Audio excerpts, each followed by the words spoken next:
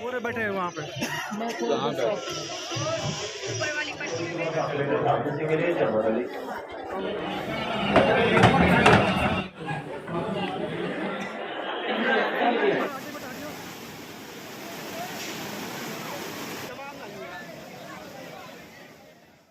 जय माता दी। माँ जगत जननी की कृपा सभी भक्तों पे बनी रहे। कहा जाता है कि माता रानी का जब तक बुलावा नहीं आता है, कोई भी उनके दर्शन करने के लिए नहीं जाता है। सो दोस्तों, अगर आपको भी माता रानी का बुलावा आ गया है और आप दर्शन करने का प्लान बना रहे हैं, तो इस वीडियो को आप एंड तक देखें। इस वीडियो में मैं यात्रा से लेकर दर्शन तक की सारी जानकारी मैं देने वाला हूँ। भक्तों, एक बार जब आप कटरा पहुँच जाते हैं, तो कटरा पहुंचने के बाद आरएफआईडी कैसे लेना है, यात्रा की शुरुआत कैसे करनी है, अर्धकुंवारी माता के दर्शन कैसे करने हैं और भवन पे आपको क्या क्या सुविधा, खाने पीने और रहने की क्या क्या सुविधा मिलने वाली है, सारी जानकारी मैं आपको इस वीडियो में देने वाला हूँ। माता रानी के दरबार में दर्शन करने के लिए भक्तों की भारी भीड़ हर समय आपको देखने को मिलता है। सो ऐसे में अगर आप अपने परिवार और छोटे बच्चों के साथ दर्शन करने जा रहे हैं, तो आप यात्रा का प्लान ऐसे करें कि किसी को भी असुविधा ना हो। वैसे माता रानी की ऐसी कृपा होती है कि किसी को भी कोई असुविधा नहीं होती है। दोस्तों, सबसे पहले आपको अपने शहर से कटरा रेलवे स्टेशन आना होता है और कटरा के लिए हर जगह से सारी ट्रेनें इजीली मिल जाती हैं। और अगर फिर भी ट्रेन नहीं मिलती है, तो आप जम्मू आ सकते हैं और जम्मू से बाय ट्रेन या फिर बस के माध्यम से 2 से 3 घंटे की जर्नी में 100 रुपीज़ पे करके बस के माध्यम से या फिर टैक्सी से आप कटरा पहुंच सकते हैं। जब एक बार आप कटरा पहुंच जाते हैं, तो सबसे पहले आपको आरएफआईडी कार्ड बनवाना मैंडेटरी होता है। इसके बिना आप यात्रा आगे नहीं कर सकते हैं। आरएफआईडी कार्ड आप रेलवे स्टेशन और कटरा बस स्टैंड दोनों जगह से बनवा सकते हैं। रेलवे स्टेशन पे जब ट्रेन आती है तो काफ़ी लंबी लाइन लग जाती है, सो टाइम वेस्ट ना हो, इससे अच्छा है कि आप बस स्टैंड पर जाकर भी वहाँ से भी आप आरएफआईडी बनवा कर अपनी यात्रा को शुरुआत कर सकते हैं। कटरा रेलवे स्टेशन पे आपको लॉकर की भी सुविधा मिल जाती है। अगर आपके पास कोई एक्सेस सामान है, तो आप वहाँ पे जमा कर सकते हैं और अपने यात्रा में कम सामान लेकर जाते हैं, तो आपके लिए बेटर रहेगा। आप चढ़ाई में कोई दिक्कत नहीं होगी। दोस्तों, वैसे तो आपको ऑनलाइन यात्री पर्ची बनाने की कोई ज़रूरत नहीं है, क्योंकि आपको हर कंडीशन में आपको काउंटर्स पे जाकर ही आरएफआईडी कार्ड सभी को लाइन में लगकर लेना होता है, क्योंकि इसके बिना आपको आरएफआईडी कार्ड नहीं मिलता है। लेकिन जब आप नवरात्रि जैसे पावन शुभ अवसर पे माता रानी के दरबार में दर्शन करने के लिए जाते हैं, तो उस समय भक्तों की भारी भीड़ होती है और भवन पे बहुत भीड़ होती है। वहाँ पे चीज़ें लिमिटेड होती है, जगह की कमी होती है। सो श्राइन बोर्ड कुछ लिमिटेड यात्री को ही ऊपर दर्शन करने के लिए डेली बेसिस पे भेजता है, जिससे कि भवन के पास किसी भी यात्री को कोई असुविधा ना हो। वैसे में अगर आपने पहले से ऑनलाइन यात्री पर्ची अगर बना रखा है, तो आपको यात्रा में कोई भी बाधा नहीं आएगी। आप उस दिन के लिमिटेड जो भी निर्धारित किया गया है, उसके लिमिट में आप आते हैं। सो आपको बाणगंगा पे या फिर कहीं पे भी आपको रोका नहीं जाएगा। आपको आरएफआईडी कार्ड ईज़िली मिल जाएगा और आप माता रानी के दरबार में बिना किसी बाधा के दर्शन करने के लिए ऊपर जा सकते हैं। बहुत से भक्त जो लंबी यात्रा करके कटरा पहुंचते हैं, वो 3 से 4 घंटे कटरा बस स्टैंड के पास धर्मशाला में स्टे करने के बाद फ्रेश होने के बाद ही चढ़ाई स्टार्ट करते हैं। वैसे में उनको कटरा बस स्टैंड के पास होटल या धर्मशाला 4 से 5 घंटे के लिए 400-500 रुपये में इजीली मिल जाता है। वहाँ पे वो फ्रेश होके अपना चढ़ाई स्टार्ट करते हैं और वहाँ पे अपना एक्सेस सामान भी लॉकर में जमा कर सकते हैं। अगर आपको रेस्ट करने या रुकने की कोई ज़रूरत नहीं है या आपके पास सामान कोई एक्सेस नहीं है, तो अपनी यात्रा तुरंत स्टार्ट कर सकते हैं। और बाणगंगा पर जैसे ही आप चेक पॉइंट पार करते हैं, आपको यहाँ पे घोड़े खच्चर यहाँ से मिलने शुरू हो जाते हैं, जहाँ पे आपको सरकारी रेट यहाँ पे जो कि श्राइन बोर्ड ने निर्धारित किए हैं, वो काउंटर मिलता है। अगर आप चाहें तो यहाँ से घोड़ा खच्चर पालकी जो भी चाहें आप यहाँ से बुक करके यहाँ पर ले सकते हैं।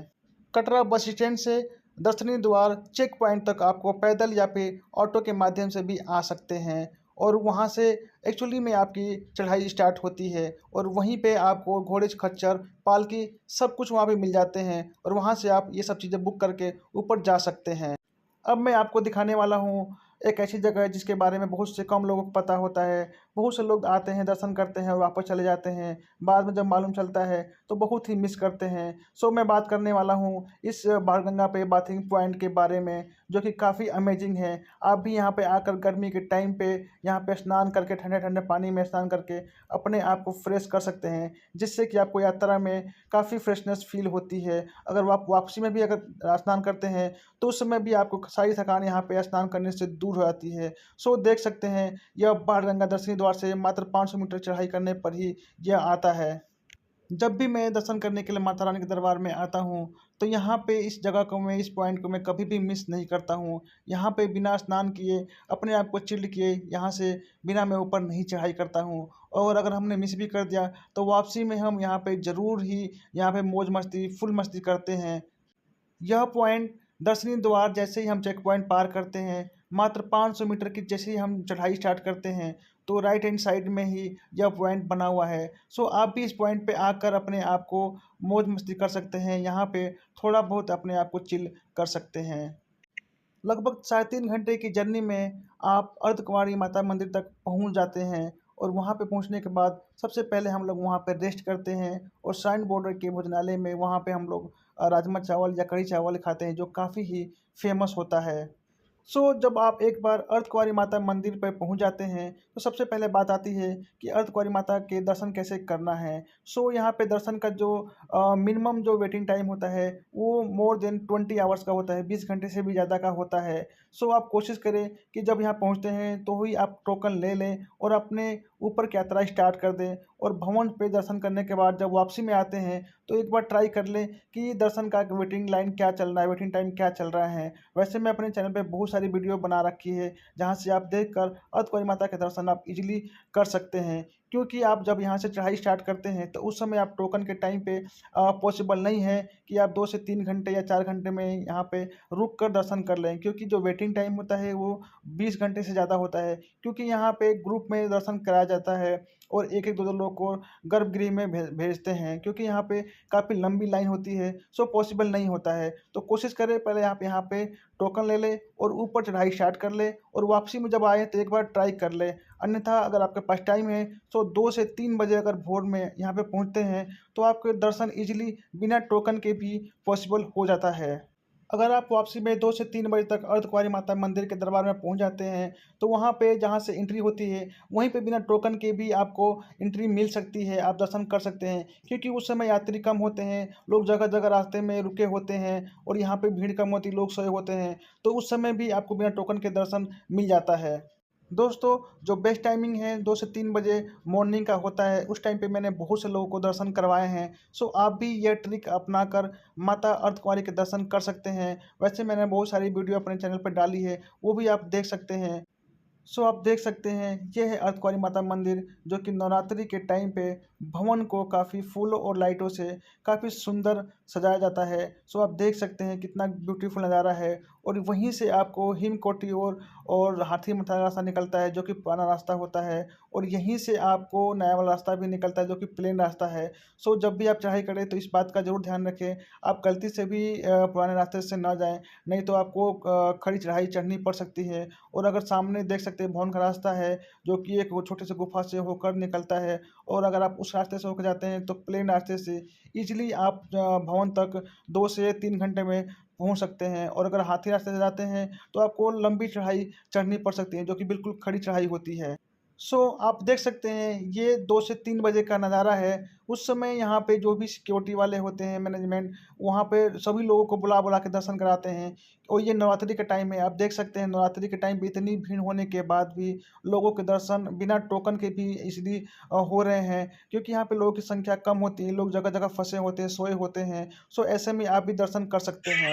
यहाँ पर भी आपको डॉर्मेट्री और रूम्स की सुविधा अवेलेबल मिल जाती है, लेकिन उसके लिए आपको पहले से ऑनलाइन बुक करके आना होगा, क्योंकि यहाँ पे इतनी भीड़ होती है कि ऑफ़लाइन मिलना बहुत ही मुश्किल होता है। और कोशिश करें कि आप भी 2 से 3 बजे के बीच में यहाँ पे आएँ, तो आपको भी अर्धकुँवारी माता का दर्शन पहले ही अटेम्प्ट में ईज़िली हो सकता है। वैसे सब कुछ डिपेंड करता है माता की इच्छा पे, अगर उनकी इच्छा है, तो सब कुछ पॉसिबल संभव होता है।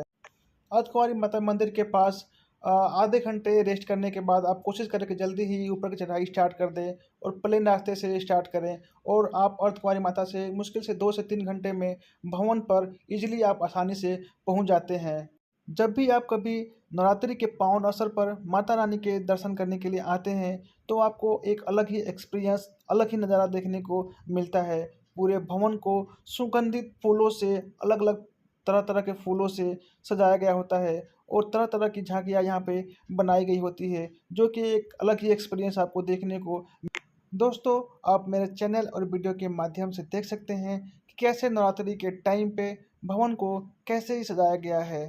सो दोस्तों, जब आप एक बार भवन पहुंच जाते हैं, तो सबसे पहले बात आती है लॉकर की कि आप अपना सामान कहाँ पे सुरक्षित जमा करें। सो उसके लिए आपको पार्वती भवन में लॉकर मिलता है।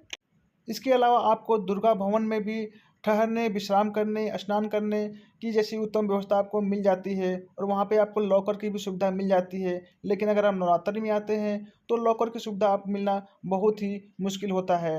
दुर्गा भवन में लेडीज़ और जेंट्स दोनों के लिए अलग-अलग सुविधाएँ बनी हुई हैं और साथ में आपको गर्म पानी में स्नान करने के लिए मिल जाता है और आप लॉकर का भी ट्राई कर सकते हैं। आपको वहाँ पे लॉकर मिल जाता है, तो लॉकर में सामान जमा करने के बाद आप माता रानी के दर्शन करने के लिए जा सकते हैं। वैसे अगर लॉकर नहीं मिलता है, तो प्राइवेट किसी शॉप पे प्रसाद लेते हैं, वहाँ पे भी आप जमा कर सकते हैं।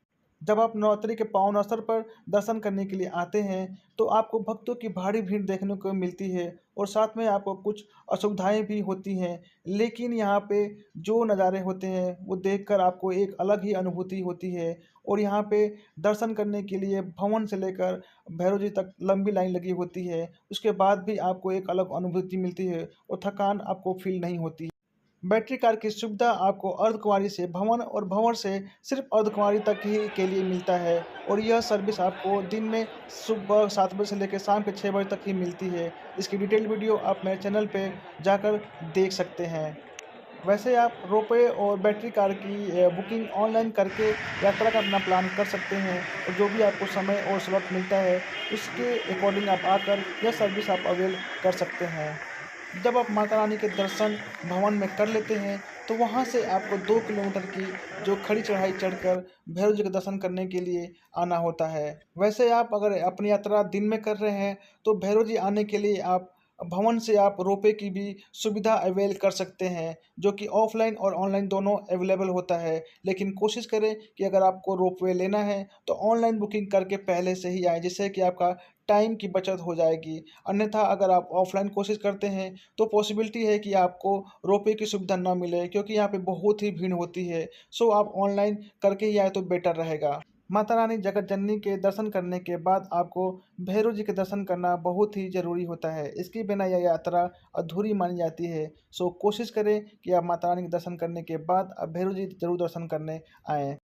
कटरा से चढ़ाई करने के बाद माता रानी के दर्शन करने और भैरव जी के दर्शन करने के बाद लगभग आपको 10 से 12 घंटे का समय लग जाता है और यह टाइम ये आपको नॉर्मल डेज में लगते हैं। अन्यथा अगर आप नवरात्रि के टाइम पे आते हैं, तो यह दर्शन करने का टाइम आपका लगभग 15 से 17 घंटे भी हो सकते हैं, क्योंकि भवन में दर्शन करने के लिए, नहाने के लिए लॉकर की लंबी लाइन लगी होती है। सो आप अगर यात्रा का प्लान कर रहे हैं, तो इन सब बातों का ज़रूर ध्यान रखें, जिससे कि आपको यात्रा में या दर्शन करने में कोई भी असुविधा ना हो। यहाँ आने के लिए जो बेस्ट टाइमिंग की अगर बात करें, तो वैसे तो यहाँ पे माता रानी के दरबार में हर समय भक्तों की भारी भीड़ लगी रहती है। लेकिन अगर फिर भी अगर आप चाहते हैं, तो आप मार्च से लेकर जून और नवरात्रि के टाइम और नए साल के उपलक्ष्य पे अगर आप यहाँ पे अगर आना अवॉइड करते हैं, तो थोड़ी बहुत आपको कम भीड़ देखने को मिल सकती है और आप आसानी से माता रानी के दरबार में दर्शन कर सकते हैं। अन्यथा अगर इस समय पे आते हैं, तो आपको काफ़ी भारी भीड़ देखने को मिलती है, लंबी-लंबी लाइन देखने को आपको हर जगह मिल सकती है। जगह-जगह डिस्प्ले के माध्यम से भी आप जगत जननी माता रानी की पिंडी के दर्शन कर सकते हैं और अगर आप आरती में सम्मिलित नहीं हो पाते, तो आरती की पूरी वीडियो आप लाइव सुबह-शाम भी डिस्प्ले के माध्यम से देख सकते हैं। सो दोस्तों, वीडियो में बस इतना ही। माता रानी के दर्शन की संपूर्ण जानकारी अगर आपको वीडियो में पसंद आया हो, तो लाइक एंड सब्सक्राइब करना ना भूलें। जय माता दी।